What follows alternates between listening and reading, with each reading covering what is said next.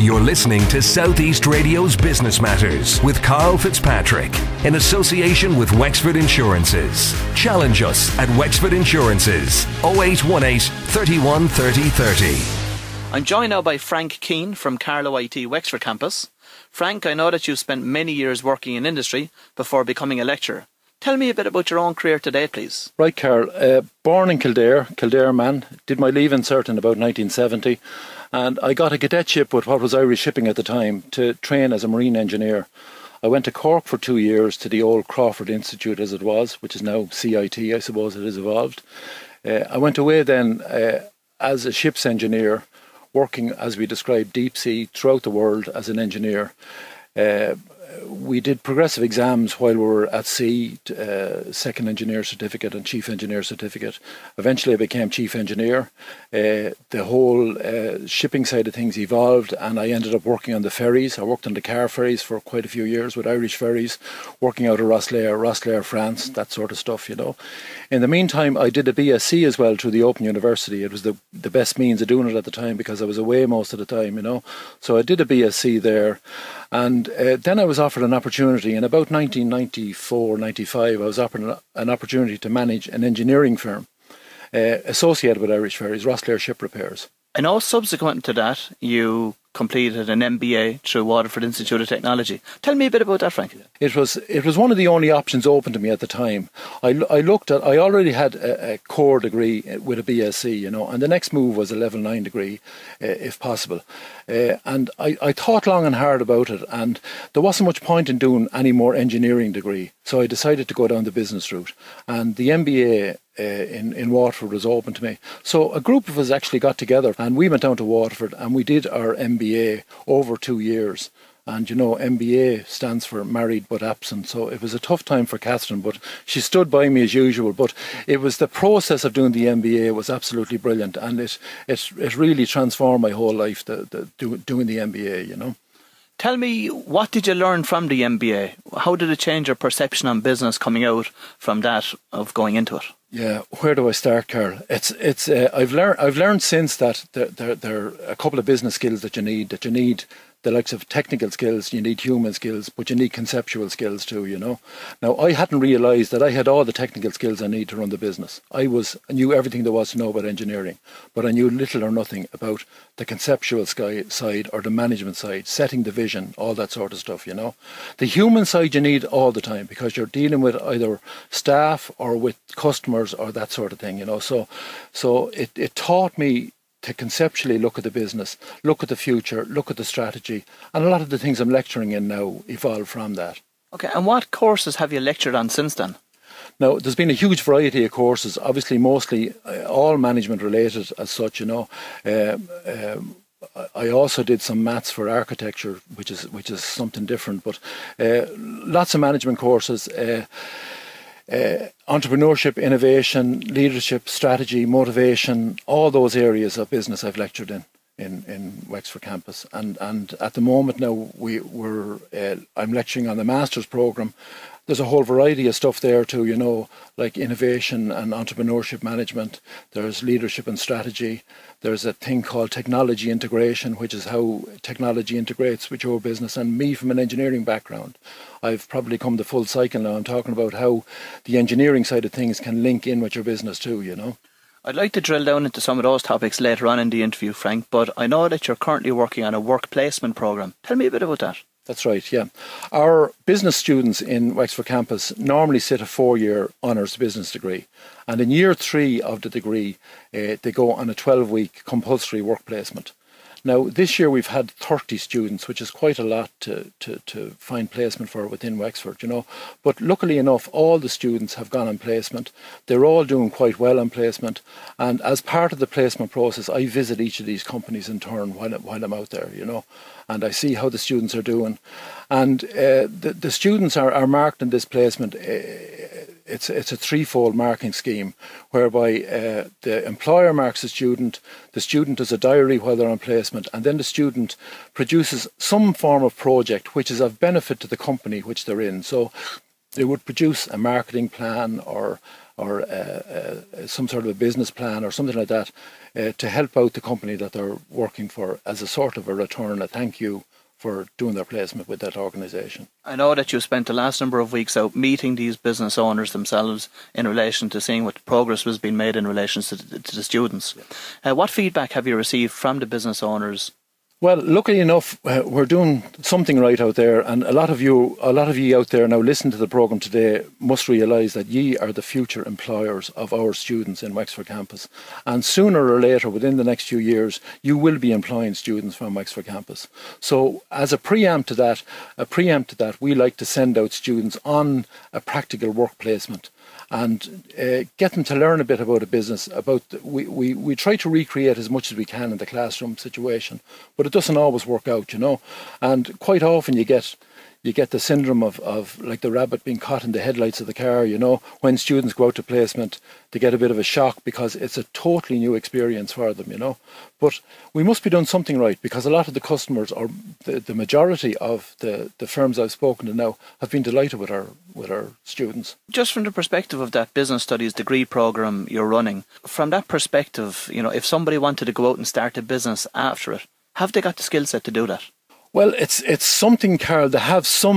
We supply them with a set of skills, all right, and this work placement hopefully will encourage them to look at other skills that they may need, and some skills that can't be taught, or which we aren't managing to teach in college at the moment, in the likes of the communication areas and dealing with customers and that sort of stuff. We obviously have to do some work on that, and that's some of the skills that students will be lacking to start off their own business.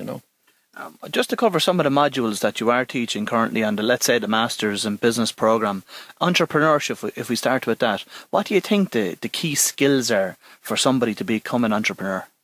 Well, entrepreneurs, obviously they have a passion for the business, a huge passion for the business. That's very important.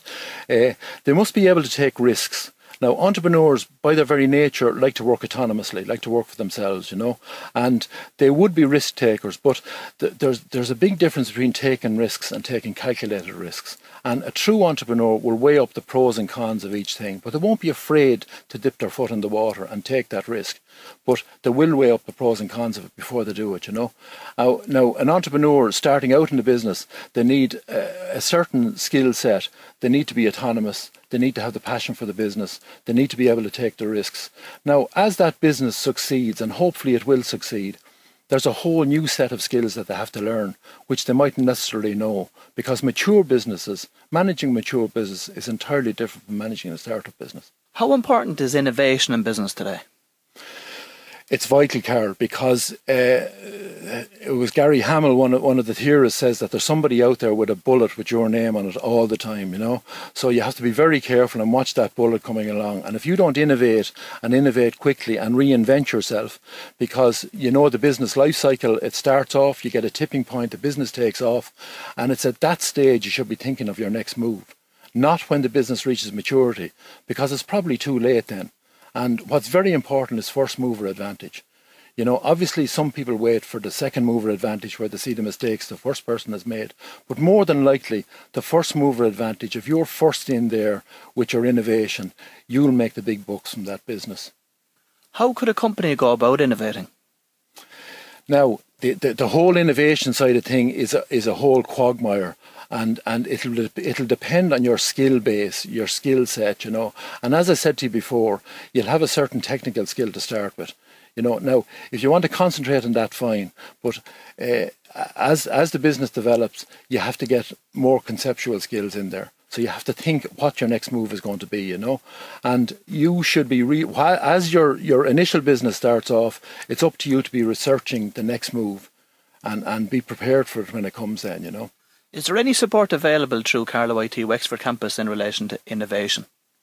Well, there's some innovative centres now, and actually in Wexford Campus we're hoping to open one shortly. Carlow at the moment being the headquarters has Brian Ogilvie up there, runs innovation centres up there, and small businesses can come in and start up, and we're hopeful in Wexford to have that up and running within the next couple of years anyway, or the next couple of months, should I say, That's great news. And tell me, what type of work is done through that centre in Carlow? Well, what they do is they do generally start-up businesses, you know. So if you have an idea, and it can be an outsider or it can be a student who will come along with an idea, they'll get some help along the way, they'll get some advice, and as I said already, they'll get some of the expertise that they may not have in terms of getting together a business plan, which is vital when you need to go for venture capital or something like that, you know. You need to have the plan done out properly. You need it done professionally. You need something that the bank manager or the venture capitalist will pick up and read and pay attention to. Talk to me about the importance of having a strategy for a business. Now, a strategy, we all talk about planning, and I know today it's very difficult to plan, and we were all given advice before that you should have a 3-year plan, a 5-year plan, a 10-year plan, but that went out the window because things change so quickly. But you need to have a strategy for the organisation, and you need somebody looking at the horizon all the time, and that's the difference between leadership and management. And it was Nanas who said that managers do things right and leaders do the right thing. So doing the right thing means that you're looking at the horizon, you're seeing what the next move is, you're seeing what your competitors are doing, and you're planning for the future. Hopefully you'll have a manager who's doing things right for you at the same time. So the manager works on the ground floor, he works on lists, he checks things off, he looks after the business while you're doing the planning. What are the future graduates of Carlow I.T Wexford Campus being taught during the MB programme in relation to technology integration? They're being taught the importance of research and development, which is vital to technology integration, because there's a huge amount of research goes in behind the scenes. We normally, as customers, only see the finished product, but there has been a huge amount of research going on behind the scenes. Now, there's, to use some of the technical terms they use there, like in terms of an engineer designing something looks at the potential of something, and he has a memory card or something, and he says this has a potential to do something.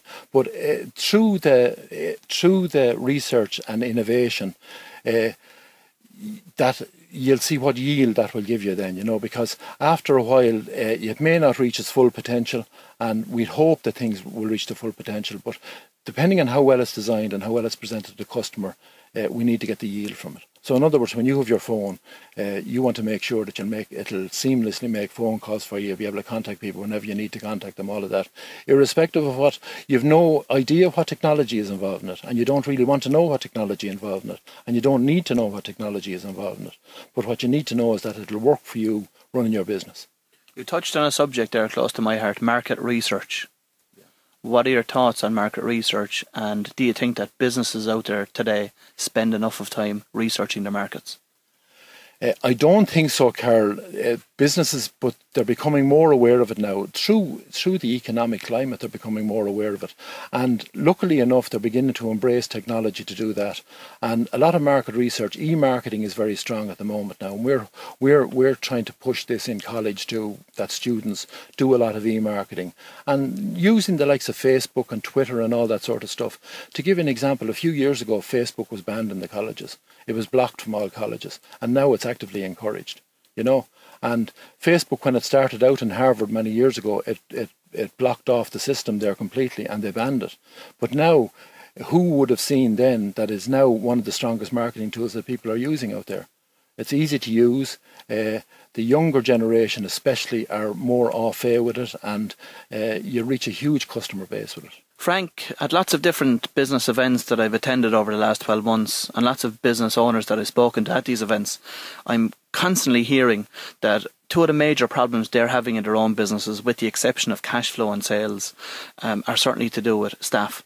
Number one, how to employ and recruit the right staff, and secondly, how to manage staff. What advice would you give to business owners today that are finding these two areas challenging? Yeah, it's not easy, Carl. It's not easy recruiting the right staff, and it's amazing the number of companies that will procrastinate for 2 weeks over buying a laptop, which costs the company €1,000, and yet they'll interview someone for 15 minutes and they'll give them a job at 30, 40 grand a year and have difficulty getting rid of them then, and find that they're unsuitable after a while, you know. So what I say in terms of recruiting people, there are three vital questions that you need to answer. First of all, can the person do the job? And that's all to do with ability, with skills, with qualifications, with the technical skills I was talking about earlier, you know. The second one is a more complex thing, and it's to do with will the person do the job. That's to do with motivation. It's very difficult from talking to a person to know how motivated they are, you know. And motivation is a very important issue. We might talk a little bit more about it later on, you know. But the third thing is then, will they fit within the organisation? Lots of small to medium-sized companies now have a staff of 10 working for them. They're working very well. They want to recruit one extra person. You don't want this person to be a square peg trying to fit into a round hole. That's something you don't want. Now, there are times during change where you might need to bring in a change agent in terms of somebody who'll rock the boat. But from a nautical term, getting back to the nautical term, you'll want to rock the boat, but you don't want anyone to fall out. Now, to answer the second part of the question, Carl, about managing people. I was working in business for over 30 years, and a lot of people ask me, and especially students ask me, Frank, it must have been difficult sacking people. How many people did you sack? And I can say hand on heart that I never sacked anybody. And the Q companies don't sack people. People sack themselves, or people leave an organisation if they're not welcome within it, you know. It's very important to have a watertight contract when you employ somebody, you know, and look at the practical side of it, you know. And some people forget about the basics like timekeeping and all that sort of stuff. It all has to be added in, because at the end of the day, that's what running companies are all about. And if you have to worry about your staff being there at 9 o'clock on a Monday morning, you shouldn't have to worry about those things, you know. So the practicality of doing that is very important, you know, to get staff in. Expectations then. If staff aren't told what bad behaviour is, they won't know what bad behaviour is, you know. So you have to explain to them, like, this is acceptable within this organisation. That leads me on to motivation. How do you motivate staff? Motivation. There is always a row in class over this, you know, and when I ask students, they all put their hand up and they say money. That's the big motivator. And naturally enough, money is a motivator, of course it is. But my answer to that is, if you get a rise of €5 this week and you get a rise of €5 next week, it's not a bottomless pit. You can't give a raise of €5 every week to somebody, you know. Now, the experts would say that the biggest motivator of the latter is responsibility. But Hertzberg has what he calls a two-factor approach to motivation. And he would say that you don't want responsibility, it's either. And he gives an example of playing the piano. Like, what would motivate you to play the piano? And actually, it's worthwhile looking at his clips on YouTube, because they're in black and white, and he's lecturing and he's smoking a fag at the same time, and it's well worthwhile looking at him. But what he says about playing the piano, how would you motivate someone to play the piano? Well, in the first place, they have to be able to play a piano. Secondly, they have to have a piano to play. And thirdly, they have to be given the opportunity to play the piano. So in other words, to relate that to a business is, you have to take the people on, you have to train them to do a particular job, you have to give them an opportunity to do that job then. And that's the way to motivate people. Frank, I'd be interested in hearing, what have you seen as part of the change that has taken place in the college since you joined back in 2005 to the present day? I was just basing it on the fact that we're going through a recession at this moment in time. Yeah, well, student profile has changed completely, Carl. When I went there now in about 2005, I would say that 75, 80%, maybe 90% of the class were female. There were no lads there. They were all out in building sites, you know, all working hard in building sites, you know. Nowadays, and at that time too, it was mostly undergraduate students. We've quite a lot of what we call lifelong learners now at night time, but we also have a lot of mature students there during the day. So the mix has changed completely now, and we could have 40 to 45% mature students in class, which brings a huge mix to the class, you know. And we've a much stronger mix male-female now at the moment. But the mature student brings a whole new outlook to a class as well, you know. And they can cause some interesting discussion in class between them and the traditional undergraduate students who came directly from their Leaving Cert, you know. So I would have plumbers and carpenters and blocklayers in the company now, or in the college now, which were never there before. You're listening to Southeast Radio's Business Matters with Karl Fitzpatrick in association with Wexford Insurances. Think Wexford Insurances for your business insurance.